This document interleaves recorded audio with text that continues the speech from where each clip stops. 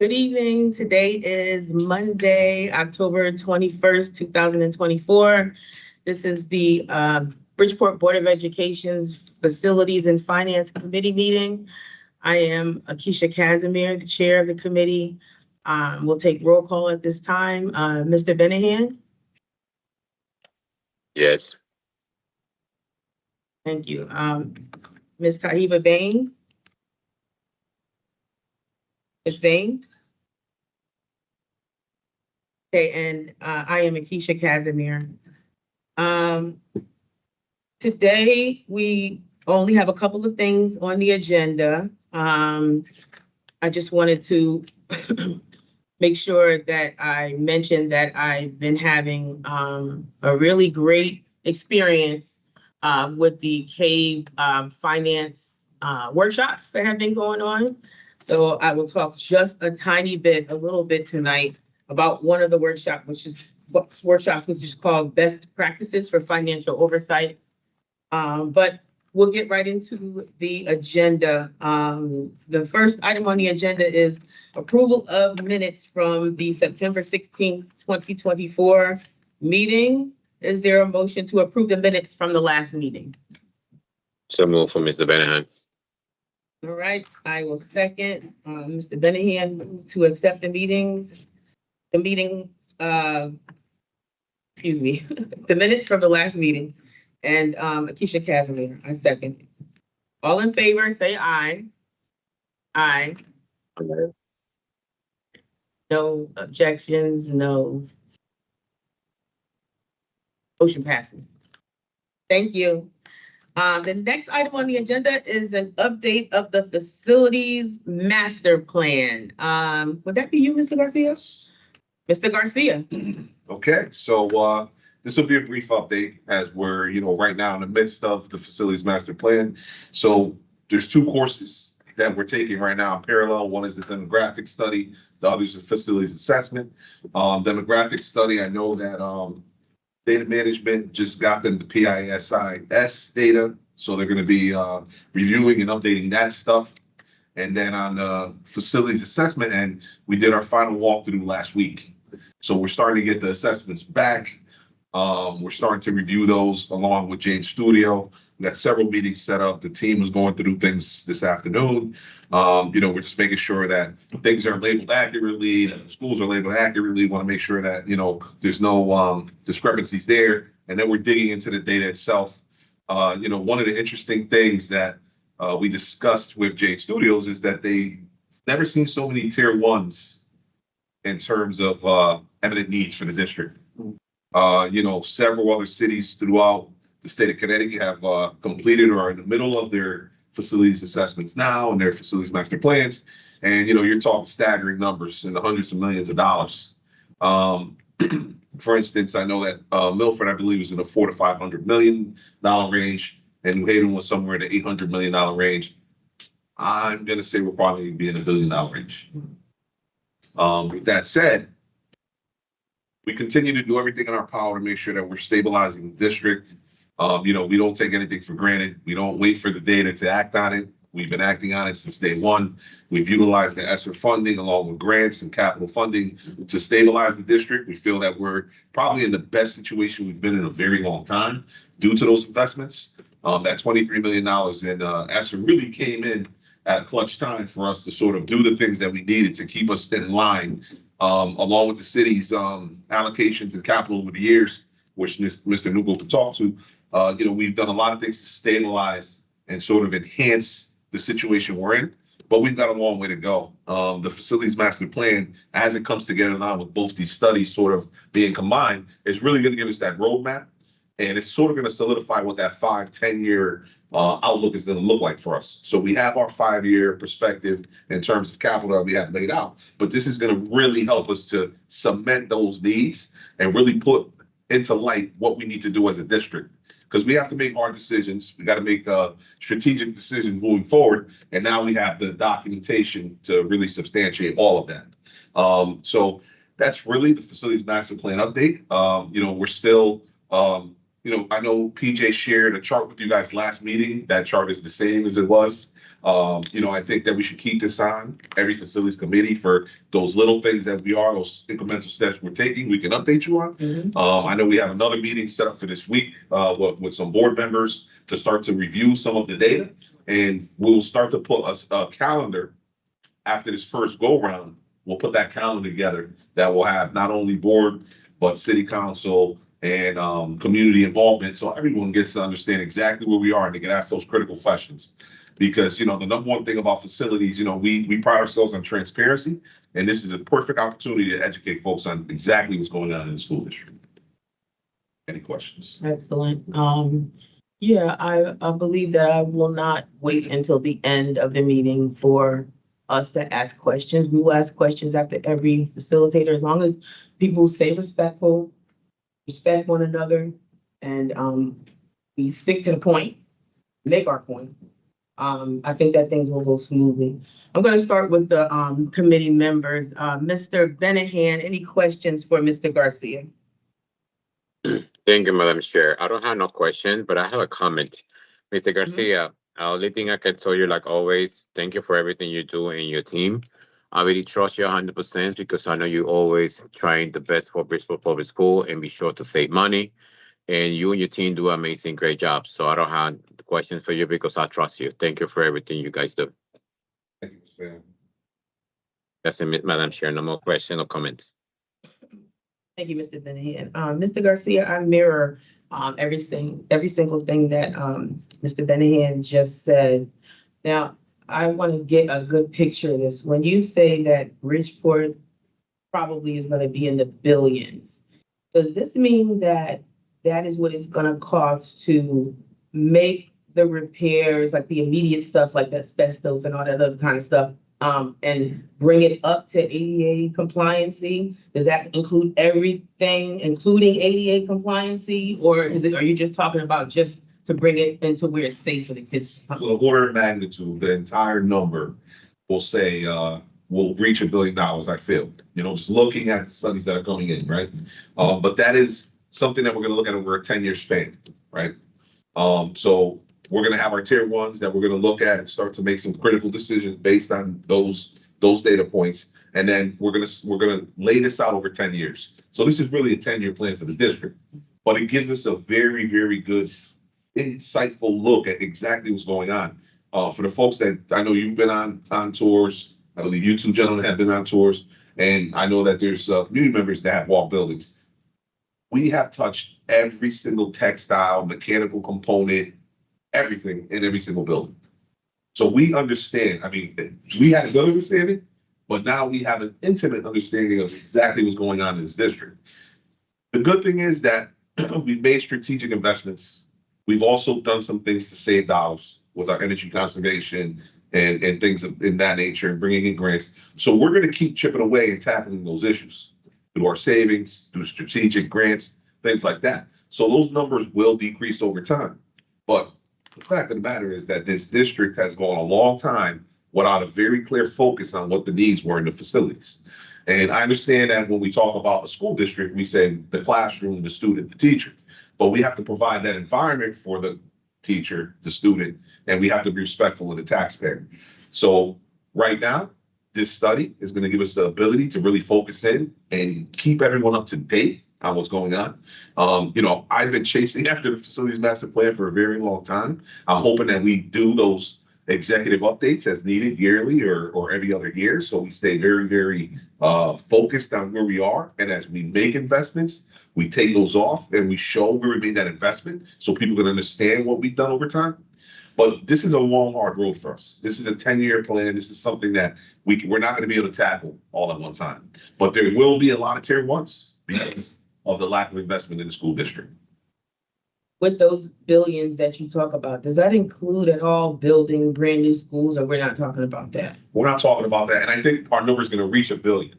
I don't want to say billions. I think we're going to reach $1 billion. $1 billion, no. Yes. Gotcha. Because just looking at other studies, you know, Milford being New Haven being 800 million, and looking at the tier ones and what we're seeing in the first wave of studies, we're just projecting in that direction. You know, so we're going to be up there, you know, and once again, difficult decisions, strategic investments. We have to really go after grants. I cannot stress that enough. I think that that's a place where we can sort of start to really focus and drive that number down. But it's a lot of work, and we're all going to have to work together, right? So it doesn't matter whether it's academics, facilities, nutrition, IT. We all have to look at what we're doing, how we're doing it, inventory where we are now, and start to make those decisions, make it moving forward that are business decisions. Because sometimes, working in a municipality, it just you get into a rhythm of things are going to come and we're going to do what we got to do. But we have to look at things completely different right now. Like, this is a disruptive moment for us, and we have to embrace that disruption. I think that's all I have for now. Anything else at all, Mr. Benahan? No question or comments. Thank you.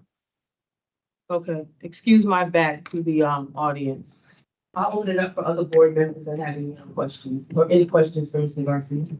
Mr. Colloway? Just because I'm asking questions, don't mean I don't touch you.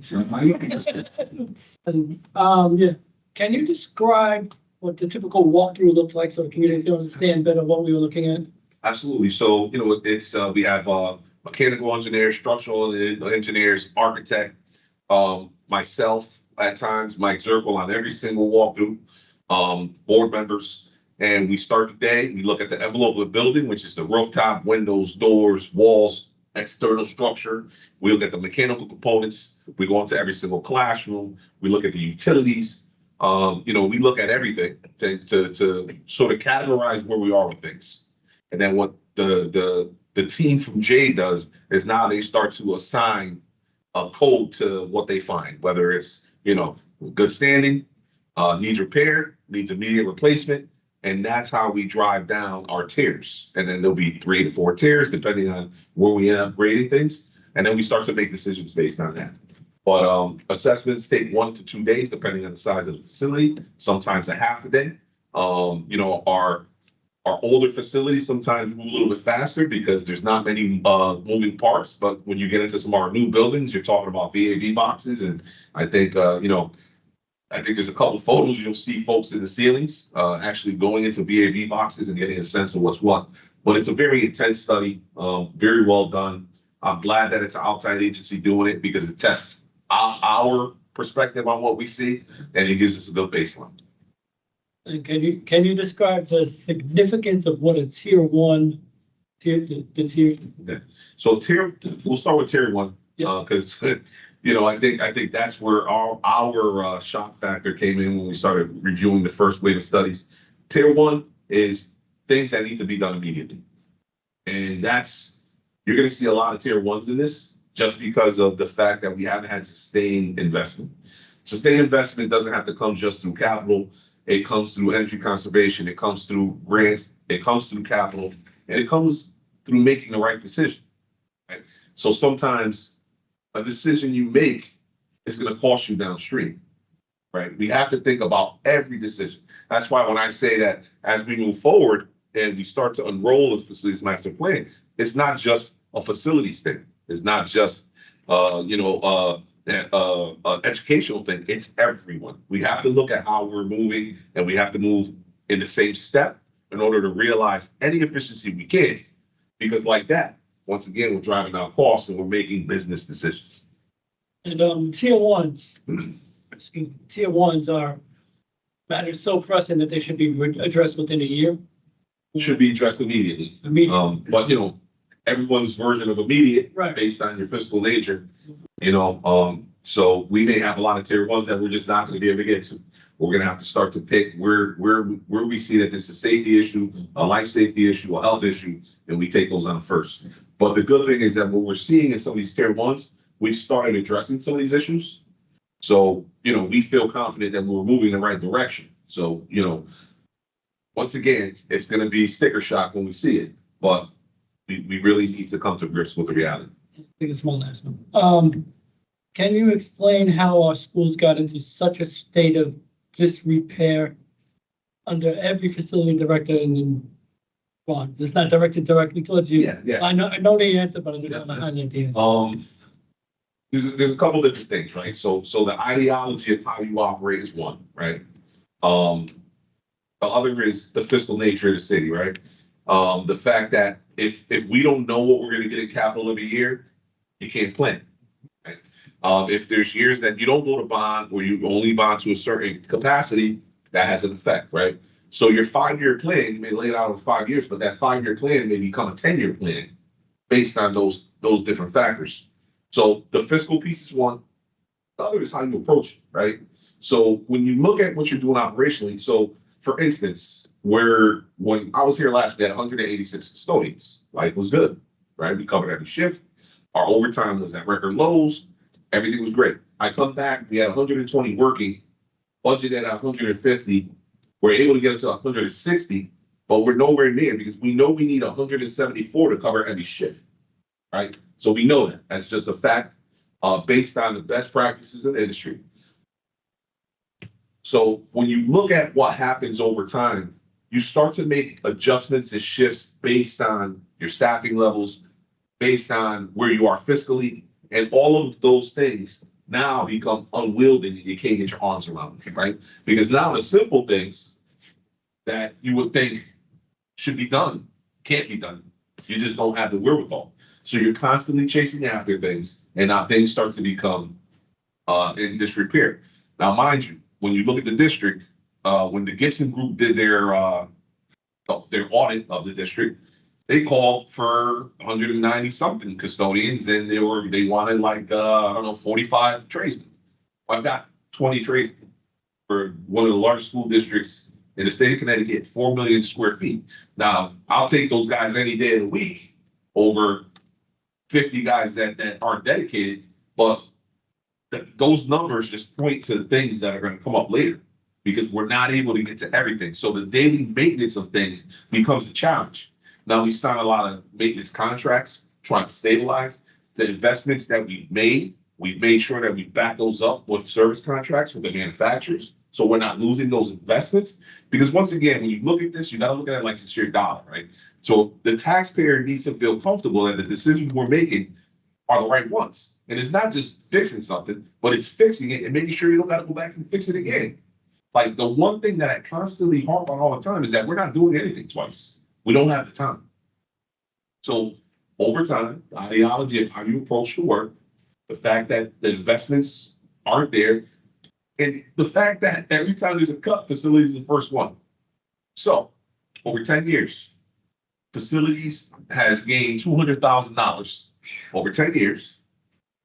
And in that 10-year span, we've gotten more high-tech buildings. So Harding, when you flick a switch to turn the heat on and turn it off, that's how you regulate it. Now I've got thousands of moving parts in the new Harding. Fairchild really wasn't on the books. That's a massive building with not only is it a massive building with high-tech components, but it's a chilled beam, which we should have never did in this region, right? It's got rainwater retention. That's been nothing but a problem. It's got aluminum feeders that we have to constantly test, right? And now, to top all of this off, the state has mandates for indoor air quality that we're going to have to do studies on every other year. Unfunded mandates and things of that nature are catalysts for why we are where we are. Now, mind you, this year we took a $130,000 cut. Only department that got a cut, I'll say it publicly, but we're the only department that saved the district money, right? $1 billion in utilities, because Mike Zirkle and the team went to UI and we got those MOUs in place and we worked very long nights and we got a cut. I understand that other departments may need things, but at the end of the day, if we save money, that should be, some of that should be seed money for us to invest, because the investment is always going to pay off on our end of business. Only quantifiable place where you can save money is facilities, if we do the right thing. Thank you. Thank you for that, Mr. Garcia. Any other board member? Yeah, I'll make some comment, possibly some question. You know, that's what he said, and I went through some of the walks with them and everything, and even sitting down with his department and having a greater overview. They're the only department that's literally saving to invest in themselves. We noticed that when we went through the budget. I know that. They're the only ones that were cut and the only ones that we've been talking about from the beginning, because Reno announcement about closing schools because they're in dire need. Well, they're in dire need, but we still didn't put no money into this man's, position being understaffed. If I'm right, it's only one painter or two painters we have in the whole district. Painters for the Two district, painters. How many plumbers again? one plumber, one roofer, three HVAC technicians, two carpenters, two blazers. Our logistics team used to be a dozen, we're at 6. So I mean, these are talking about a multiple skeleton levels. crew, he barely has even a skeleton crew, but they're performing, and sometimes at a moment's notice. They're being told things at a moment's notice. They got things. So I appreciate all the work they've done and the work that they've done to try to find ways to save money for the district, but trying to use it effectively. My father always taught me, like what you said, do it right the first time, you won't have to do it again. A good pastor taught me is plan. If you fail to plan, you plan to fail. And they're constantly meeting with the right people, getting together to try to formulate a plan. And I'm glad we got this work done through the district and through the city and all that stuff, because it's going to put him in a better spot. And he's going to put the district in a better spot. So, I want to thank him and thank for the collaboration that he's had with the board, because he's always said open doors to all of us. But his work is far from done, man. When you're talking about the other towns, and he's already said some of the numbers, they're looking at $800 million, $500 million. We're probably at $1 billion just to get us up to a standard of safety, of comfortability, like having all the buildings with ACs. How many constituents have not called out and said, you got no ACs in the building coming from New York? You're surprised that we got no ACs. Teachers are suffering, our kids are suffering. Our buildings are old, but it was never maintained because of finances. Never invested. That's why he said it's all about investment. So, we do need to do a better job with our money and multiply our money. That's the only department so far that I've met with. I'm not saying anybody else invite me, I'll go to meet with you, that had invested in themselves and made cuts to make more money. That way they can do more for the district, and that should be commendable. I would have never taken this job if I was him. I don't know how he came back here. My first thing every day. But again, it speaks about the power that we have as Bridgeport, because he is Bridgeport. His family is Bridgeport. We grew up in this neighborhood, so we thank you again, and thank you for presenting today. And all the thanks goes to the staff, because I have a dedicated staff of folks that come to work, and I've got staff members that are here 30, 40 years. My management team, and I've shared with many of you the longevity of the management team. Just about everybody outside of 2 folks have over 25 years. Mm-hmm. So those folks are able to believe in the Bridgeport mission, and that's what keeps bringing us back. This is my 3rd step back in Bridgeport. I owe Bridgeport for everything she's given me, and I'm always going to be there for her. But it's a lot of hard work every single day, and we appreciate the collaboration, because I think that's very important also. Thank you, staff. We said thank you. Yes, we certainly appreciate you, your entire staff. I've been there to Yes. come and visit everybody, but know exactly what the things that you guys are up against, and I will continue to work with the rest of the board to fight for more funding for your department. You're absolutely essential. Mr. Benahan. Yes, thank you, Madam Chair. Mr. Garcia, just listen to you, everything you report, and thank you very much. It's one thing that I'm agree, and I know everybody will agree with me, that you have your staff, your amazing employees doing double or triple job when you're short of employees. In my respect, and I'm always going to support you, your department, and your team. The amazing job you guys do. Doesn't matter what time, what day, rain, snow, thunder, you always guys be outside. And it's not fair that you guys do an amazing job and they don't fund you the way it's supposed to be, so you can hire more employees. I know the situation going with the budget, but I'm always say this. Knowing that sometimes we spend the money, things sometimes it's not important, they can wait, that you and your department need to be having more employees. So be sure our schools, our district look amazing the way you guys do it right now. It's not fair that your guys sometimes do double, triple. Sometimes they stop things what we're doing with the family vacation to be sure our school look amazing the way it is. So, Madam Chair, I would like to sometime working with financial department or something like that. We can help this department. I know the money has to be there because sometimes we got money for something else, and we all know that we can try and help a little Mr. Garcia to try to at least have more employees, because it's not fair that let's see a sample. I'm doing my job and I'm doing a job of 3 people, and that's not fair. So I just like to have that one day we can discuss to see how we can help Mr. Garcia's department to be sure they got more people, because the money's there, but we have to know how to use it so we can help facilitate the department. But like Mr. Medina said, thank you so much for everything. I'm taking out my hat for you guys, and you guys do an amazing job. I appreciate everything you guys do. Thank you. Absolutely. And Mr. Benahan, I am way ahead of you on that one. Back this past Wednesday on the 16th, I had sent an email to you and Miss Bain, just asking you guys if you had any items that you would want to add to today's agenda. But within that email, when you go back and reference it, I had also offered for you, me, and Ms. Bain, the Finance and Facilities Committee, to sit down with Mr. Unkwo and delve out any questions that we had for him. And so if you want to respond to that email, I can certainly set up a day and time that's convenient for the 3 of us, you, me, and Ms. Bain, to sit down with Mr. Unkwo, and we can start talking about this, because I'm on the same wavelength with you. But if you want to reference back, that was Wednesday, October 16th at 4:50 p.m. I sent that email out. Okay. Yeah, you're absolutely correct, Madam Chair. I apologize. I didn't answer you. You're absolutely correct. I have an emergency with the family, something personal. But I will answer you this email, this week, and then we can discuss that. So thank you. Appreciate I'm excited about that. Yes, I love that. Thank you. You're welcome. Was that it, Mr. Uh, See you for that? A quick fall overview of where. Yeah, and then the fall season overview. Thank you. So, 2 seasons that bring me heartache: spring and fall. Just because the changeovers, those are 2 critical seasons for changeover. Spring, we're preparing for cooling, so that's all the chiller towers and all of that, and then shutting down heat. And then this time of the year is shutting down chillers, firing up heat.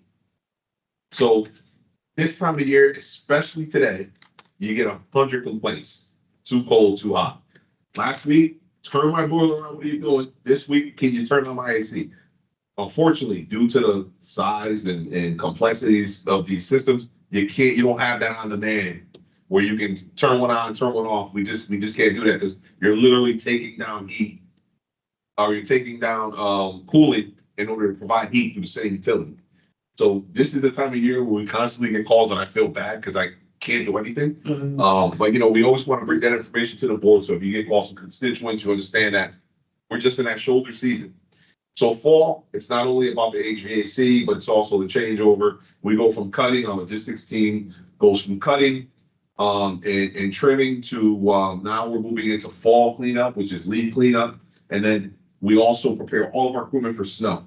So this is a very intense season. This is a season where, we put a lot out when it comes to logistics. And I tip my hat to the whole logistics team, to Paul Washington, to Omar Moss, that whole entire group that worked so hard, skeleton crew that really holds it down. So that changeover is happening now. I did share a spreadsheet because I wanted folks to understand the level of detail that the team takes when it comes to what it is that we're doing. So the spreadsheet I shared with everyone is what we have in the hopper right now for HVAC, the projects that we're working on HVAC. Every time we find something in fall, we put on a list, we assign it, we have a due date on what we like to see things rectified, how we're going to procure, whether it's a grant, no matter what it is, we keep all the details. We gave you a stripped down version just so you get a sense of the magnitude of what it is that we're doing with HVAC. HVAC is the largest cost center. And then when you're in the shoulder seasons, this is where we're spending a lot of money. So you'll see a blip. And the reason why I bring it up is because in the spring, you'll see a blip fiscally in HVAC. And then this time of year, you'll see a blip because our contracts and then the fact that we're switching over utilities, typically we have to add more glycol or we have to do repairs. So you'll see things fluctuate in these times of the year. So I wanted to bring that to your attention. And I mean, that's just about it. I mean, the shoulder season, we're moving into the fall and into the winter. Right now, all of our boilers, we have at least one boiler running in every single school. We've identified all the repairs and all the other boilers. We're making our secondary rounds. We brought in some outside contracting to help support the team at this point. And we're in good shape right now. So we're gonna be able to provide heat throughout the whole entire district. This is always the time when you take a pause, because last year, if you guys remember, we had the issue where the whole entire boiler, both boilers at Winthrop were flooded under 8 feet of water. And we didn't know if we were gonna have heat in the building. We were able to pull a rabbit out of the hat with that trailer that we were able to roll up to the building. This year, we didn't have any of those. So it was a good season for us to just get into the practice of doing what we do with no major hiccups and no major incidents. Any questions? This is just HVAC. That's just This is not painting. Yes, no, Other. no, this is just HVAC. And this is probably not everything, is it? This is a pretty concise list. Okay. There may be some projects that we want to do that aren't on here, That's enough. on it yet. Oh my God. But, you know, these are the critical things that we have an eye on right now. Okay. Mr. Benahan, any questions about the HVAC seasonal changeover? No, not question at this moment. Thank you.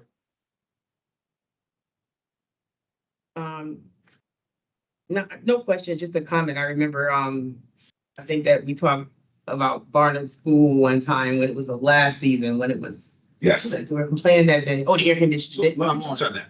Yeah, Touch on that, because because I called Mr. Garcia and I said, oh, damn. So there are some major projects, and that, and Barnum has been a hindrance. I think we discussed in the past that they have the oldest server in history of man, Yeah. 13 years of Yeah, running a high complex control system. The good news is that through one of the grants that we got, we worked with finance to be able to move the money into place. We're working right now for a qualified purchase to update software finally. And we're gonna get away from this 13-year-old server, which should be in the Smithsonian. We're gonna go to a virtual server, so we have redundancy, and we're gonna be upgrading our software to the latest, the Seagull, which is the latest software for Siemens. That's gonna control not only those two buildings, but Fairchild Wheeler, Discovery, and Johnson. So this is a home run for us. oh, great. This will stabilize that. Now, we'll have problems, because now when everything is working, you find what's happening downstream. But at least we have the meat and potatoes of that system. There are new chillers in 3 of those buildings, along with controls. We are in a very good place. I feel good about that. But yes, we're working on that project right now. That's a major project for us. Great. Along with, we did put in a new air handling unit in that building that was causing an issue in one of the wings. A cluster wasn't, we weren't able to pull in enough fresh air. So the temperatures, we couldn't modulate the temperatures properly, but that was done last Wednesday. The half day and the day off that we had a trailer come in, we rigged it, got it into the rooftop, and there was no one in it. That's great. Any other board members have questions about the HVAC seasonal changeover? I don't know if I saw James Curial, I know we had done something with Curial. So carry out, we're gonna be doing a rooftop in the 3rd week of May. It's a duration of about 8 days. Reason why we're doing it during school is because I have an HVAC program following in the summer. So if you guys remember, we couldn't get all of the hardware last summer to do the project. The lead times were 58 weeks.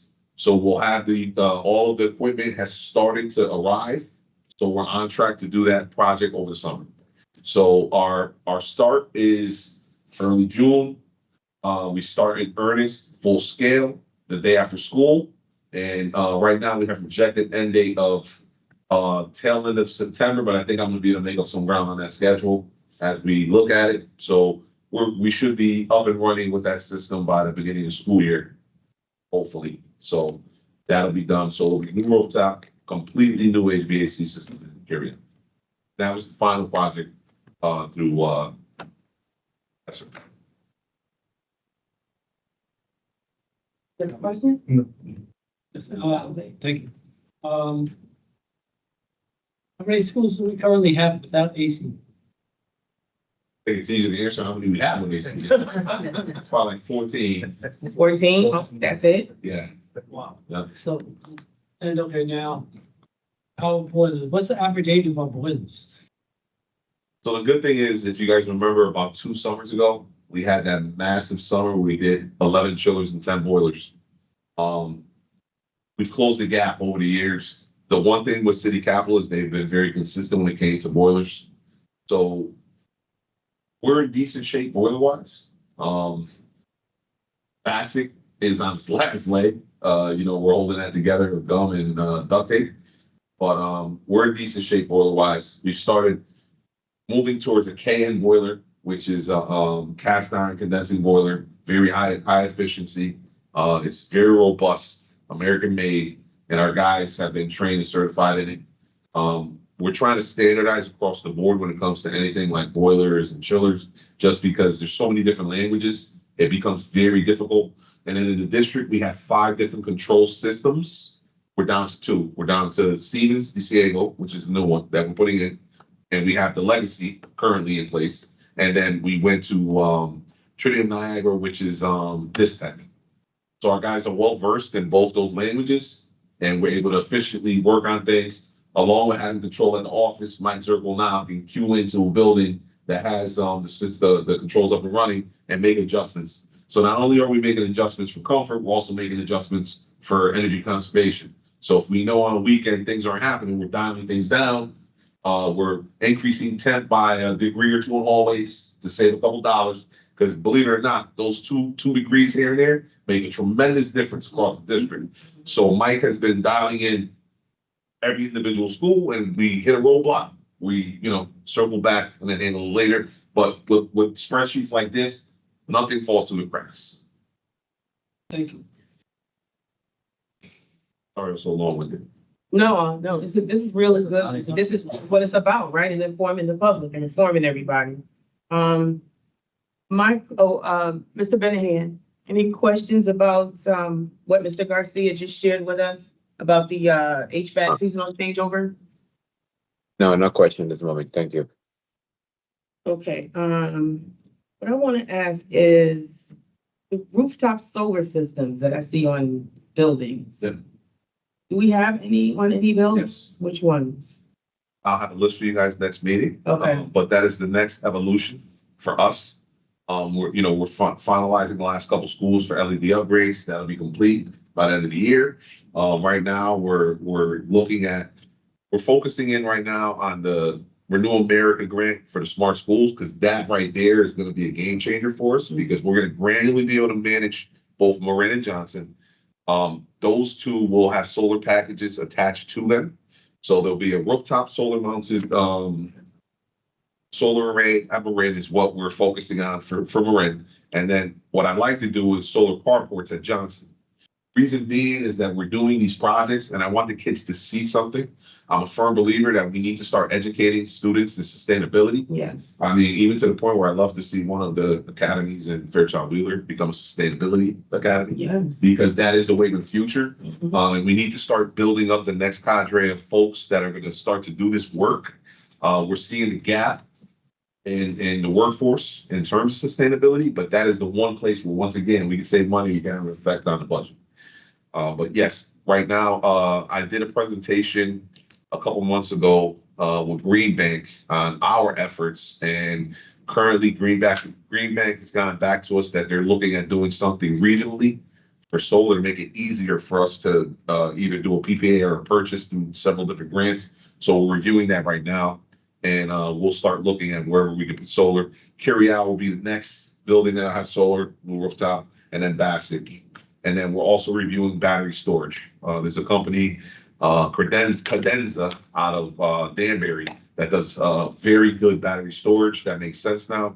So getting away from the fuel cell, sort of harvesting and having battery storage on site in the schools is something that we're interested in, and we're doing the reviews right now.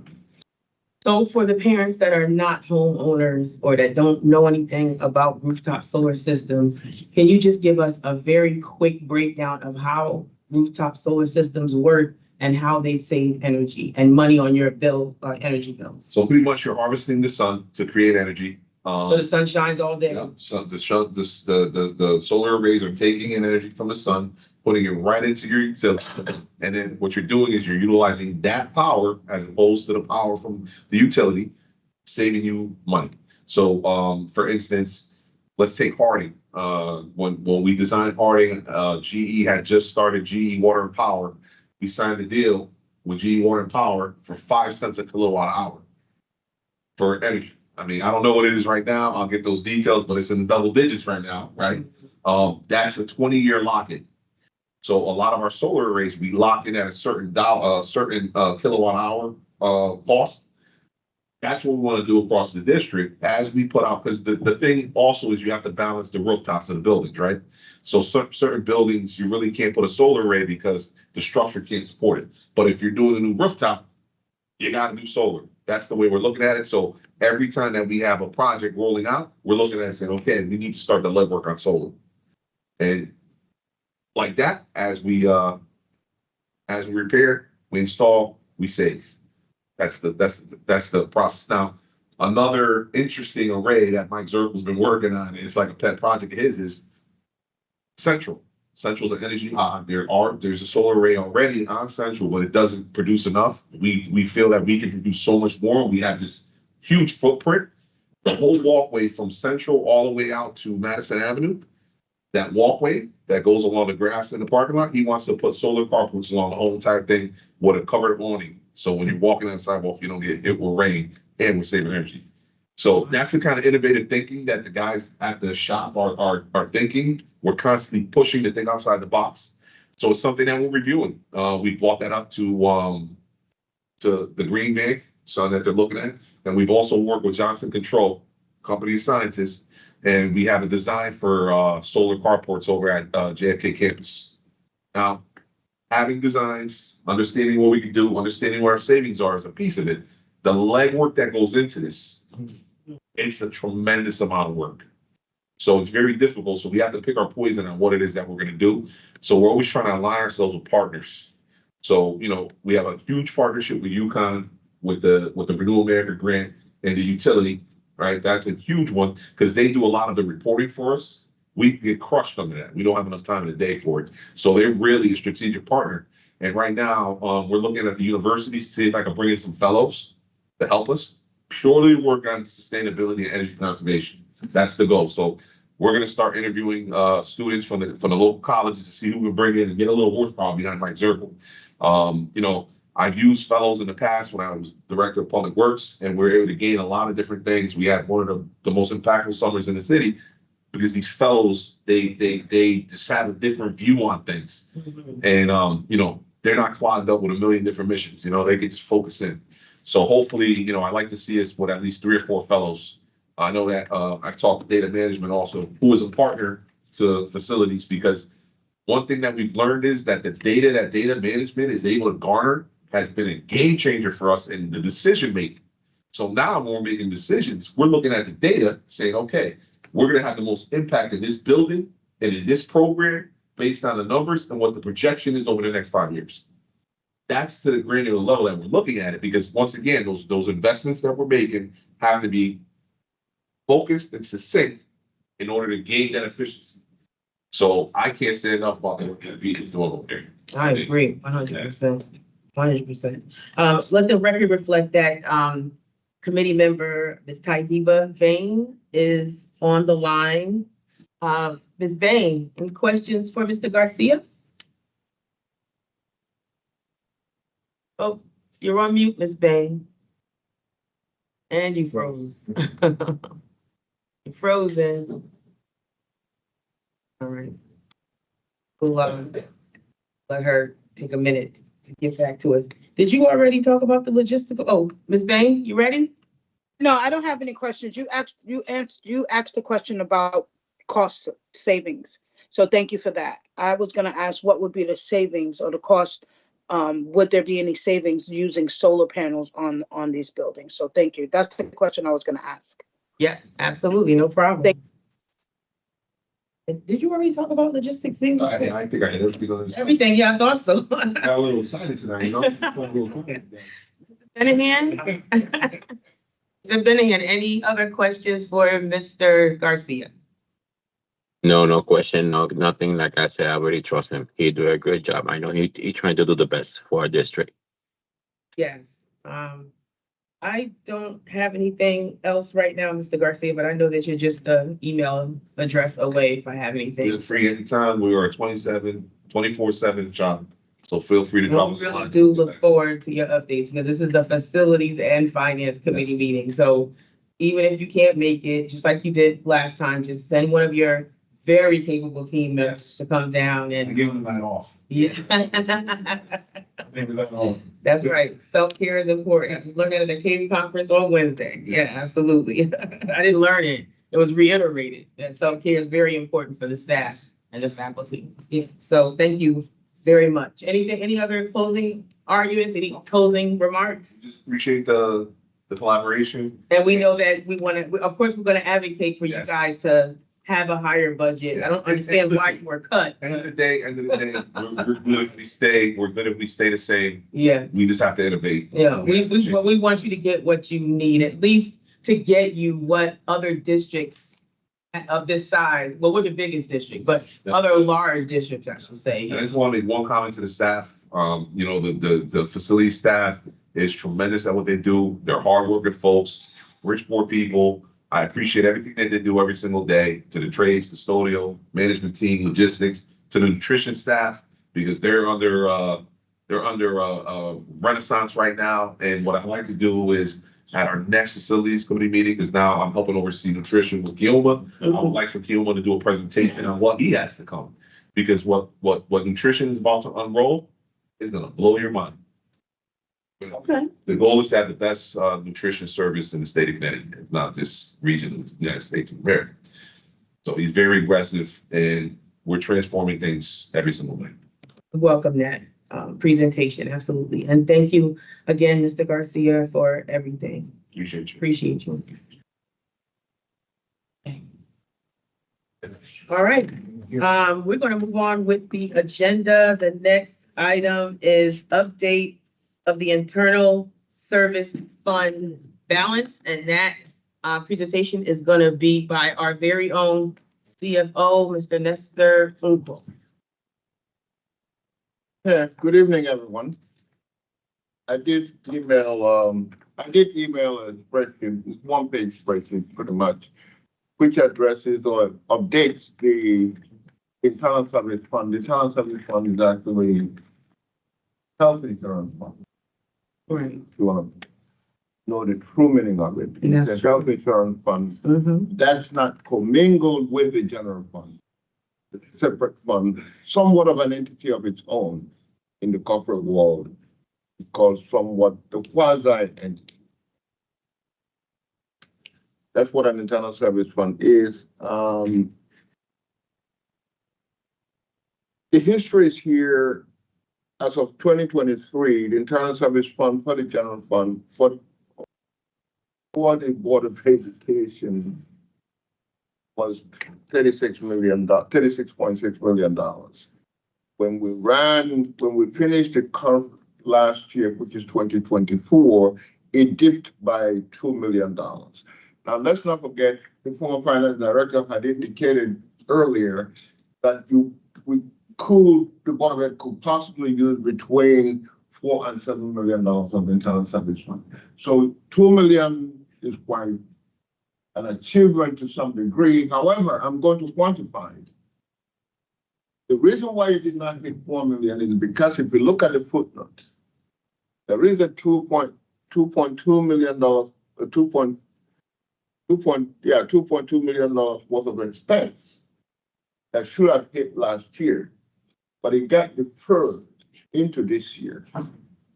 Meaning that because of timing, the expenses could have been incurred under ESSA.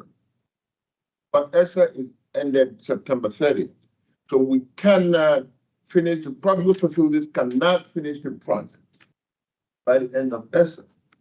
So what we did is we journalized expense out of the operating budget and put it into ESSA, actual expenses, thereby deferring those those expenses into the general fund this year. So it's kind of it's a swap. Either way, you still got to pay $2 million. We just deferred the use of fund balance by $2 million into this year. The effect of that, it compounds the use of fund balance in 2025, meaning we will use $2 million or more in fund balance this year because we just deferred expense. Pretty much. So it's kind of an account. Maybe I'm getting too deep. No, that's okay. We'll get questions. Don't worry about it. Just go ahead and finish your presentation. We'll delve I'm into getting it. too technical. No, it's okay. Hey, listen, it's what you do. I'm sorry, but No, it's okay.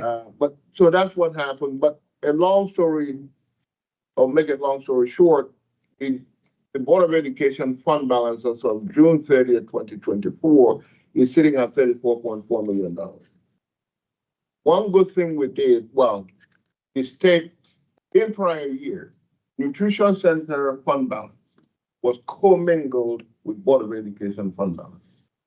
Meaning they were modeled up, well, in papers, we knew the difference, but the funds were not isolated or separated. So what happened is the state came in a year ago or 2 years ago and made a big issue out of it. That nutrition center money is nutrition center, and it should not be commingled with Board of Education money. So what we did, we set up a new, actually that was one of the last things I did when I was the OPM director. I set up a new fund. The fund is kind of an accounting string that distinguishes Board of Education monies from nutrition center money. So we journalize all nutrition center accumulated internal service fund surplus from Board of Education account into nutrition center newly established fund. So the fund for nutrition center is 09, fund 09. Okay. So basically, make a long story short, nutrition center has its own internal service fund, isolated, totally different from Board of Education, like we used to be in the past. Okay. And it's a proper accounting. So that's what we did. So it's all, both of them have been isolated. Nutrition center money belongs to nutrition center. Only nutrition center can use it. Board of Education internal service fund belongs to Board of Education. Only Board of Ed can use it. Cannot commingle either one of them, unless, which I don't think Board of Ed can afford, wants to be generous enough to give nutrition center money, but I don't think so. I'm just saying, I don't think you can afford it. I'm just saying there is that flexibility there if need be.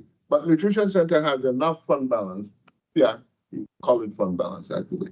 Internal service fund, which is on where it says nutrition center internal service fund as a balance. It gives you the detail of how their drawdown is.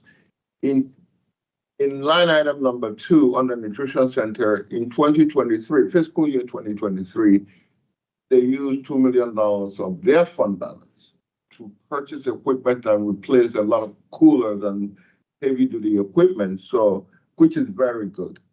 Some of those equipment are very, very expensive. I mean, walk-in freezer this size to retool it, God knows how much it costs. So, but they're putting their money to good use, is what I'm saying. So the food is not going to spoil or rotten or contamination or food poisoning due to temperature decrease. Then in fiscal year 2024, which was last year, they made additional improvement or purchase with their money, their fund balance, if you want to put it that way, internal service fund. Upon all that, they still have $5.3 million, approximately $5.4 million, still available at the close of last fiscal year, which is 2024. Just to quantify, these are numbers that are most likely going to be ratified by the outside independent auditors. These numbers for 2024 have not been audited, but they're very most likely going to be the same thing. But I'm just putting that caveat out there. not been audited by, the prior years have been audited, but 2024 has not been. I just want to put it out there. Auditors can find whatever they want to find, and it doesn't matter, but I don't think so. I just need to put it out there.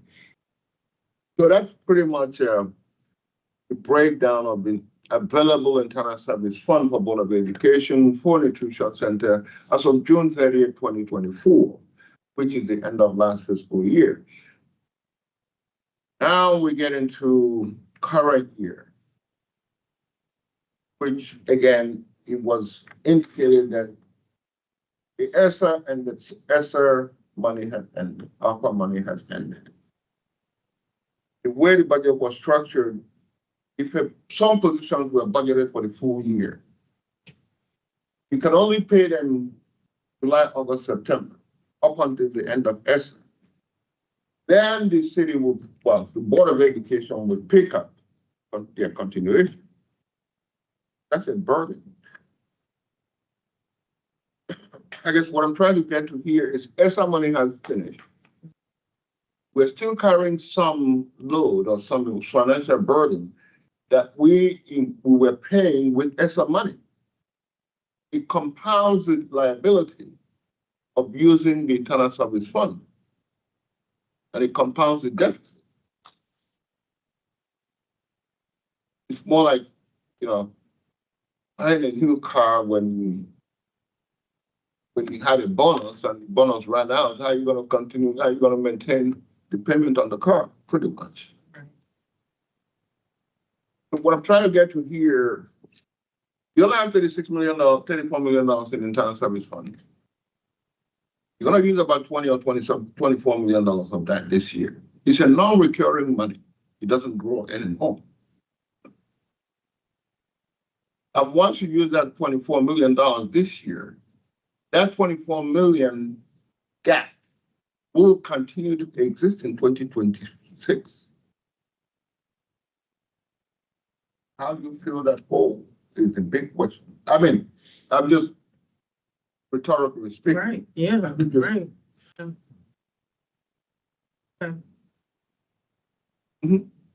And with that in mind, you have a hole of about 24 million or 25 million that you're carrying as your base hole into 26. Now you have fiscal year 2026 cost of living increase. You have wages, all employees, about $6-7 million for 1 year. You have health insurance increase, which runs about 7% increase a year. You have MRF, what do you call MRF, municipal employee retirement, the state, how much the city, the board, you guys, you have to excuse me. I'm used to it. It's all the same thing. The city is the city. It's still the same city, regardless. But that the board or the employer has to contribute towards the state pension, and they've been increasing their MRF contribution rate. The state has been increasing it every year. Right now, let me break it down. Every dollar you pay an employee as a salary, the board has to accept teachers. Let me quantify that. The board has to contribute almost 20.60 cents of every dollar you pay an employee towards employee pension. In the States.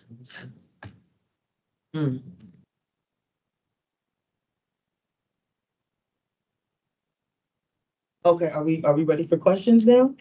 Or are you, I'm sorry, are you finished with your You presentation? want me to keep going, but No, by the time I'm done, you might want talk about to this all night, feel right? like throwing me out of the room. But No, that's all right. these are the facts. I want the board members' questions These are the answered. facts, these are the issues, these are the pending issues. This is what it is. Okay. And just to wrap around what Garcia had indicated, he brought about $1 billion for the possible repairs or modifications.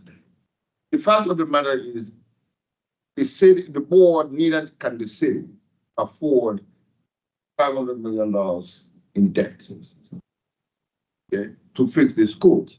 So what I'm trying to get to here, we have to really put into consideration which of these, which I'm of, sorry, I'll give you an opportunity to ask questions, but I want him to be. what I'm trying to get to here is we have to really strategically figure out the best way to manage our money and make the best out of it. Meaning that we have to find which schools that need serious work, depending on the magnitude or the amount of the work. The only way to get around getting some financial relief from the state is do the same thing we did with Central High School, which is claim that you're going to expand the school and remodel it to be as new. Mhm. Then the state will pay 80% of the cost. The state will not give you money for repair. So you have to find an avenue to say, you're remodeling like we did Central. The state will say, okay, it's gonna be a brand new school after you get remodeled or revamped and regarded or expanded.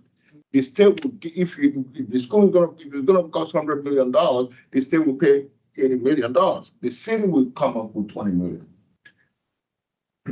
That's how you go to get to heaven through the back door. Mm. Yeah, so we have to be creative how we handle these findings. Get the best bang for our money. Cannot afford, the city cannot afford. You're basically throwing $80 million away that you could have gotten from the state for free. Then at the end of the day, you still have a brand new school remodeled anyway. So what I'm trying to say, it brings into equation as to consolidating schools, closing schools, which I guess the superintendent brought up. This is the time to put it all into action. And strategically, you want to expand it, remodel it as new, close it, gonna cost you $100 million. Why are you talking $100 million into something that's, I don't know, but these are the things that we have to You have to talk. really do the logistics of it all. Yeah. And see how you get the best bang for your money. Okay, I'll start with you, Ms. Bain. Any questions for Mr. Unquo?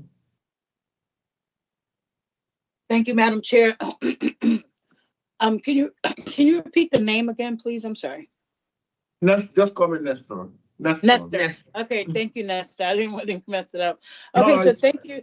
Thank you for the thorough presentation. I have one question. Like you said, we're in how much is the deficit that we're in? We are not there yet. We are going to need about 24 million. Okay, we're gonna tap in, we're gonna take about 24 million of this reserve we have to Mhm. balance this year's budget. Right. Yeah. Okay, so, but you were saying about, in order to get out of a deficit or something, maybe I misunderstood. I couldn't hear. Now, I said, okay, what I'm saying is that $24 million, we're not even borrowing, we're using. Okay, Will reoccur next year because we're using accumulated savings to pay our bills this year, if you want to. oh, okay. Okay. So in order for us to come on top I just want to make sure that I'm clear. You said that, like instead of, I don't know if you're saying instead of closing schools or remodeling or Okay. repairing schools, we should say we're remodeling schools. Right. If you, okay, Okay. George Garcia, you came late, but George Garcia, the facilities manager, indicated that they're doing studies, feasibility studies on the schools and all the schools and how much repairs they need. And some of the schools are very old. Right. The number is probably, from what he said, is going to hit about $1 billion of Oh, money okay. needed Now. to fix all these schools. So I'm saying instead of, first of all, the city doesn't have $1 billion to borrow. It's not capable of borrowing $1 billion to fix the schools. I don't care how you prioritize them. Neither does Board of Education have money to fix them. So instead of spending $100 million on this school remodeling, which is city money, $100 million or $50 million remodeling this school, to begin with, the superintendent is talking about closing some schools. Or consolidating some schools. So the best way to city not to spend $80 million fixing or remodeling is to go to the Albert, state I and can't hear you. Can I'm you- sorry, Mr. Benningham, can you mute yourself? Thank you. Thank the you. best thing is to go to the state and say, you're gonna remodel the school as the new. The state will pay 80% of the cost of remodeling. You're remodeling it as new, you're not repairing, two different words. Right, State doesn't give you money for repairs. They give you money for replacement or new construction or remodel, right, okay, or remodel. You remodel, not just remodel as new. Keyword. remodel as Word- new. The word new is the password. Okay, so we can actually utilize that for our benefit. Yes. Okay, all right, that's what I wanted to know. All right, thank you. I don't have any more questions at this time. Thank you. You answered my question. Through Madam Chair, the way I look at it, I think it kind of serves two purposes. If you're a brand new school, it consolidates supposedly the plan that the superintendent has in mind. Kill two birds with one stone.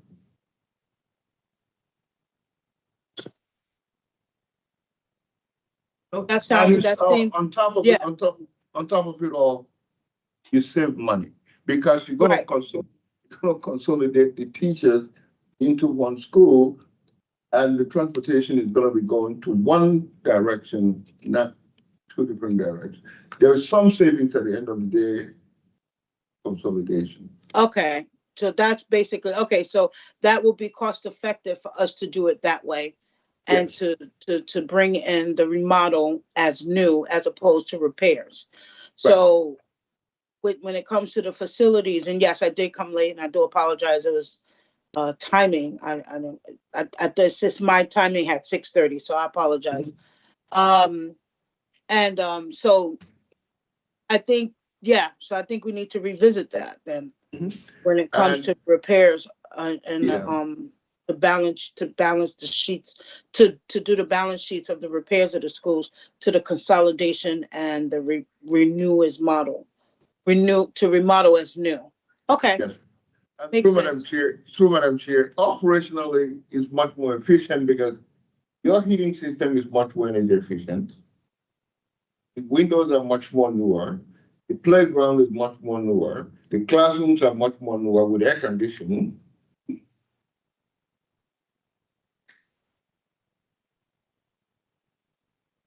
Okay, anything else, Ms. Bain? You good? oh, No. I think it was, it makes sense to me, so because I was saying, well, why should we do that?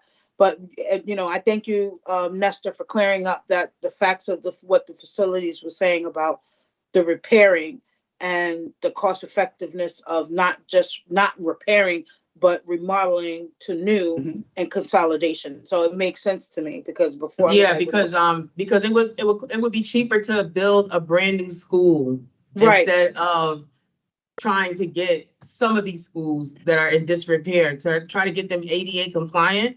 Let's say Right. you want, let's put an elevator. Well, you can't put an elevator if it's not structurally sound. It can't hold the elevator going up and down. So it still blows my mind to this day that instead of like spending money to just gut the whole school out, and get it up to ADA compliance would be more expensive than tearing the school down and actually building a brand new school. It still blows my mind.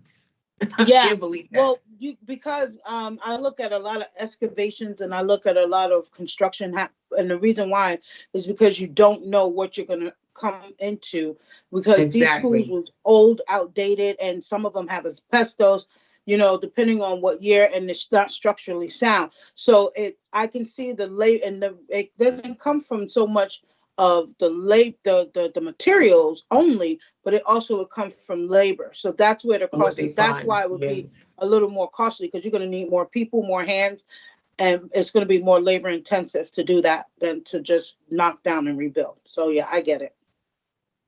That comes from a construction standpoint. Thank you. No more questions, Okay. Madam Chair. Okay, thank you, Ms. Bain. Mr. Benahan.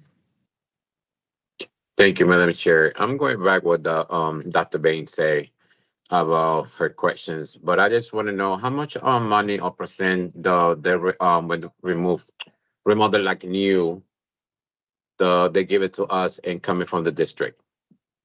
Through Madam Chair, the state reimburses about 78%. 78% the state will reimburse. Because It's coming from the state yeah, will come from the state, yes. The balance will come from in our district. the balance will come from the city. The city will Okay. bond. The city of Bridgeport will bond through the council for the rest. Nothing, let me put it this way. No money comes from Board of Ed coffers.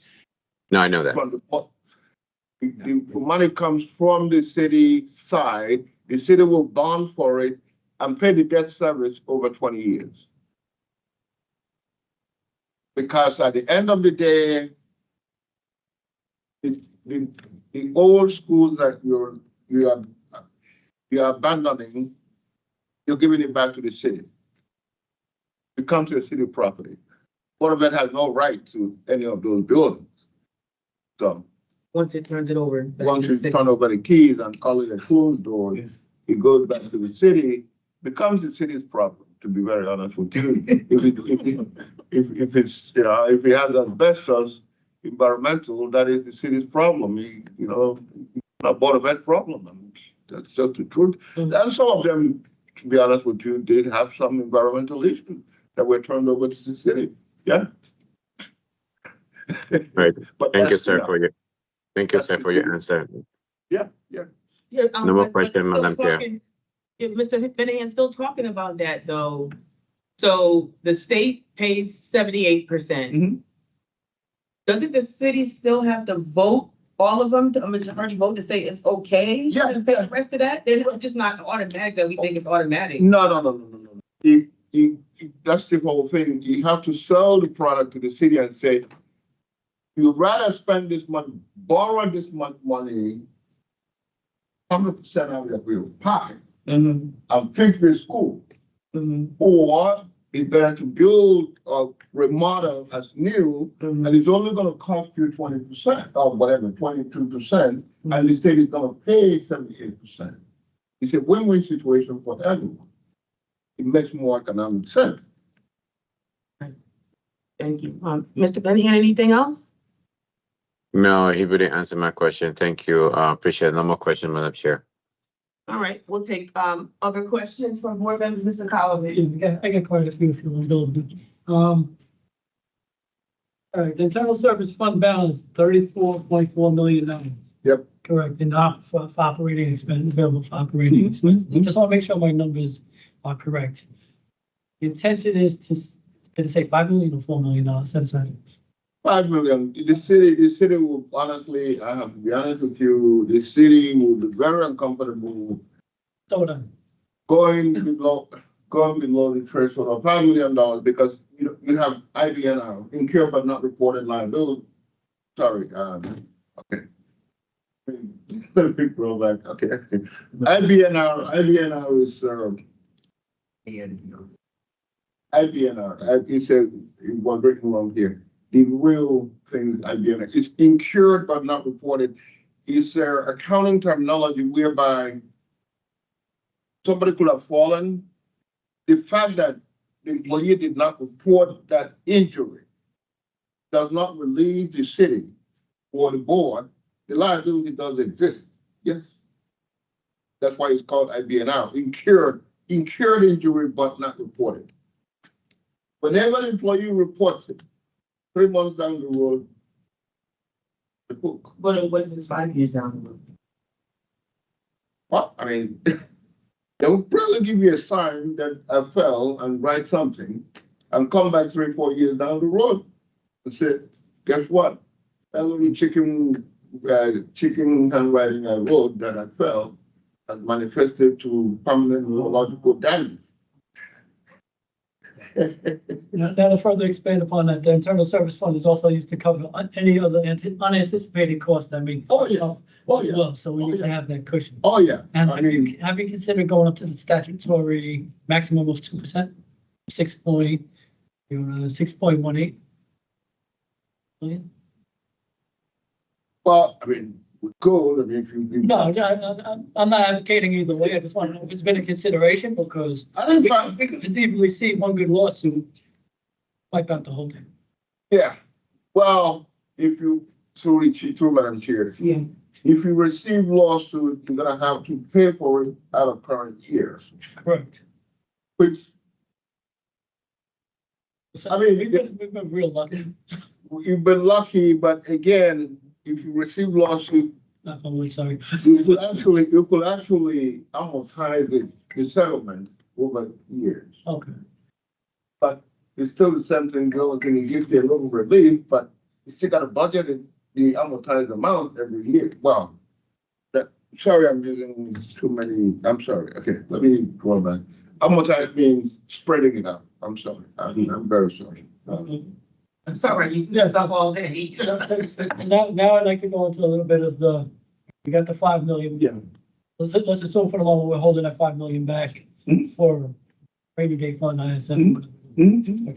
So that leaves us with a $29 million Yep, cushion to cover for last year's increase in the budget was $41 million. this year. This fiscal year, correct, thank you for correction. $41 million. So we got $29 million. Well, And I'm projecting into 25, 26, because it's gonna be, we're starting at a minimum of $309 million if nothing changes by fiscal year 25, 26. Mhm. So we're starting with $309 million, which is $41 million more than the prior year. So we got $29 million to cover that. We've got a approximate, in years past, the last year's was $12 million for fixed costs, basically. 12 to 14 million. Total $14 million in fixed escalated costs that we can't do nothing about. Mhm. So that's a $41 million, $53 million hit with a $29 million gone I mean, for the fiscal year 25, 26. right, I mean, you get a little relief from maybe. From the city, I was getting it. The city You is get a little 5 million from the Right, state. right, but going according to history, I think we'd do probably 12 million and 2.5 for the state to estimate conservatively, but then that leaves us with close to 30, what was it, Listen, $38 yeah. million potential deficit for the 25, 26 school. That's what I'm saying. That's why I kind of initially I gave a hint as to where we are. Right. What I already gave the hint that you're starting with a $24 million base shortfall that you're gonna carry into 2026. Right. Plus, normal cost of living increase of about 10 to 14 million dollars. Correct. So basically what I'm asking is we need to start advocating now for 25, 26. Not later, and based on the numbers I just put forth, that would be like a logical place to state. So as long as I'm using approximations. And yes, through Madam Chair, that's why I touched on the ESSER carryover, expenses from ESSER that we are carrying over for the remaining 9 months of this fiscal year. Basically, we have to get back to the pre-ESSER lifestyle. But the only thing, once people taste money, they get used to it. So it's hard, but it has to be done. There's no two ways about it, I'm sorry.